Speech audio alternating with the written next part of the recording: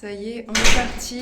On va aller dans un premier temps à Vérone avant d'aller à notre prochaine destination, Milan. Donc, si t'as pas vu les autres vidéos juste avant, je te conseille de regarder, surtout qu'hier c'était Venise et c'était incroyable.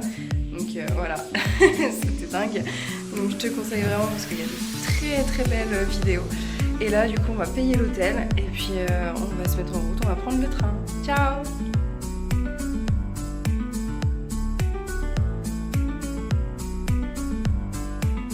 Et petite info également, donc là on va prendre les trains pour aller de Venise jusqu'à Turin. Et alors on a téléchargé l'application Trainline, donc Trainline c'est les trains en Italie et ma pote m'a bien fait comprendre que l'application était super facile, je vous montrerai ça tout à l'heure. Apparemment c'est vraiment ultra facile d'utilisation et déjà que Trainline à la base je l'ai déjà beaucoup utilisé, enfin le service de Trainline, et j'ai toujours été très satisfaite, ils sont toujours à l'heure, c'est toujours très bien. L'application est aussi super cool, donc voilà, pour vous déplacer en Italie, Trainline c'est le top. On essaye de travailler dans le train, mais évidemment le gros souci c'est qu'il n'y a pas internet, internet se déconnecte toutes les 5 secondes. Donc pour travailler c'est très compliqué, je n'arrive même pas à envoyer des mails à mes clients. Donc voilà, j'espère qu'en 2 heures internet va être un petit peu plus stable parce que sinon ça va être un peu compliqué. Donc en attendant je prépare mes mails et dès que je peux, je les envoie. Au moins si je peux faire ça, ce serait pas mal. Voilà, ça c'est un peu les désavantages quand on voyage, internet c'est très compliqué des fois de l'avoir. En Crète j'ai eu ce problème, c'était vraiment pénible, qu'importe les hôtels que je faisais on me disait que j'avais une super connexion, qui avait un super wifi et pas du tout. Et vraiment ça m'a mis en retard sur tous mes dossiers, donc ça c'était vraiment pénible. Donc voilà, si vous avez des bonnes astuces pour avoir internet, je suis preneuse.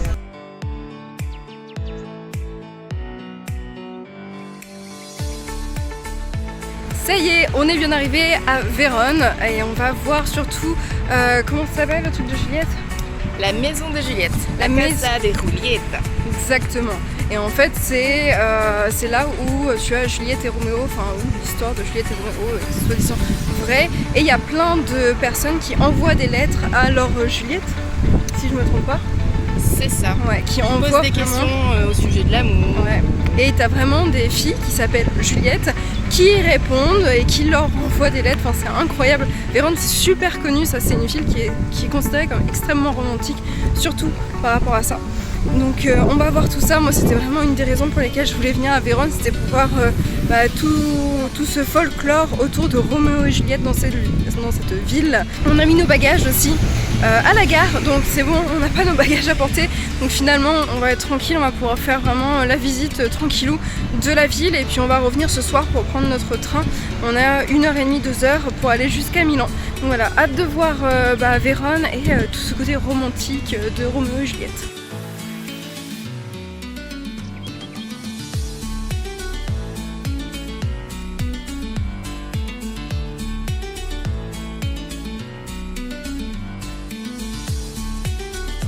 Ça y est, on est arrivé à la maison de Juliette et il y a un monde fou. En réalité, c'est genre l'attraction de la ville.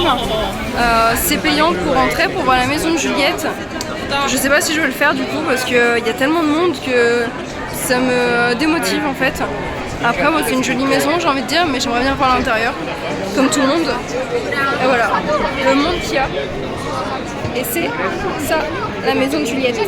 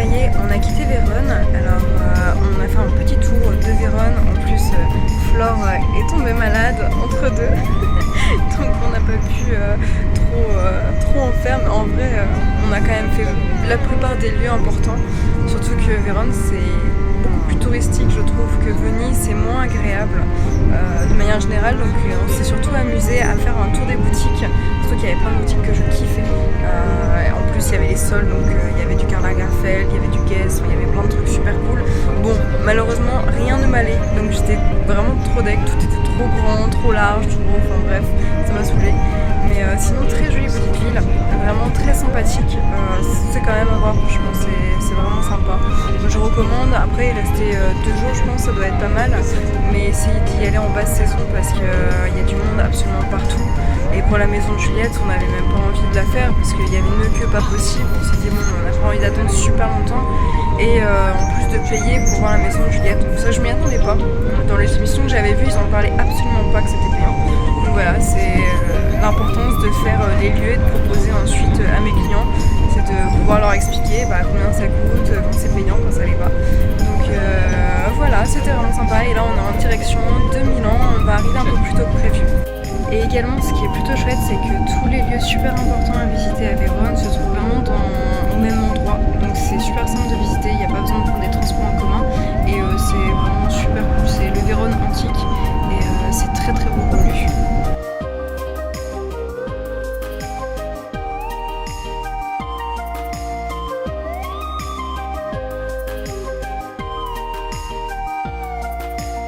Ça y est, on est à Milan et je crois que je n'ai jamais vu une gare aussi belle que celle-là, aussi grande. Oh, mon dieu, c'est tellement incroyable. Je vous montre en direct. Voilà, ça c'est une gare. J'ai jamais vu une gare aussi dingue. Franchement, elle est vachement stylée. J'ai hâte de voir la ville.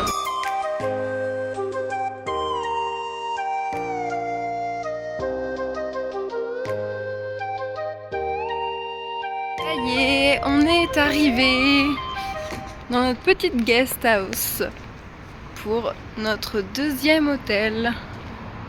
Alors je pensais qu'on allait rentrer dans une guest house et on rentre dans un immeuble. On sait même pas si c'est au 2e ou au 3e étage, on prend l'ascenseur. Ouais, c'est mieux hein. En tout cas, on est très classe, très cool, je m'attendais absolument pas à ça. J'ai l'impression de rentrer chez des gens. Pas toi. Je sais même pas où est-ce qu'on va. Voilà la petite chambre. Et puis on a même un petit balcon. Et aussi un bureau. Ça c'est important pour moi. Comme ça je vais pouvoir enfin tourner mes réels. Là on va aller manger et je pense qu'on va prendre un sushi. J'ai craqué. Et on a même un petit balcon juste là. Ce qui est plutôt sympa.